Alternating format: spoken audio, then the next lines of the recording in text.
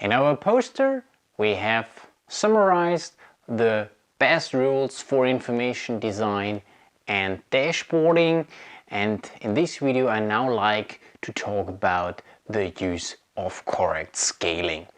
Correct scaling, it's often discussed among information designers, and that's why I brought one example with me, especially if you come from a very table-based reporting and argue for more visual reporting, talk about transparency and so on and so forth.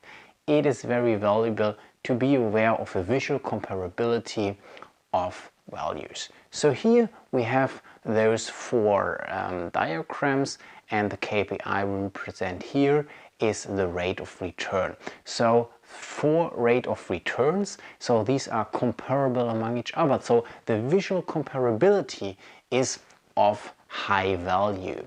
So in this example, if I show you one number, in this case the 60, and ask you, okay, what would you estimate are the other values? Normally people then say, well, we think around 50 in comparison to the known 60.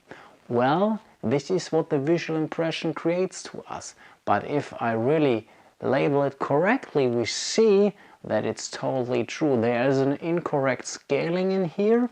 So if I would scale it correctly, then it's even not possible to show on one page. So then we rearrange it, and then we see now the visual comparability. Now we see that the rate of the return for the online segment is only half of the product segment, and this is visually very important to communicate.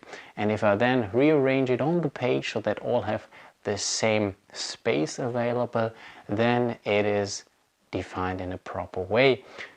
So I think visual comparability and correct scaling is very important, but we only need to do it if the values are comparable with each other. If the KPIs are not really connected to each other, then we don't need to do it on one page, and of course only on one page, not through all the pages.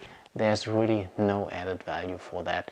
These are, I think, quite simple rules. On one page, if we like to compare several KPIs among each other, then we need to think about visual comparability, but not for over all the pages within our reports.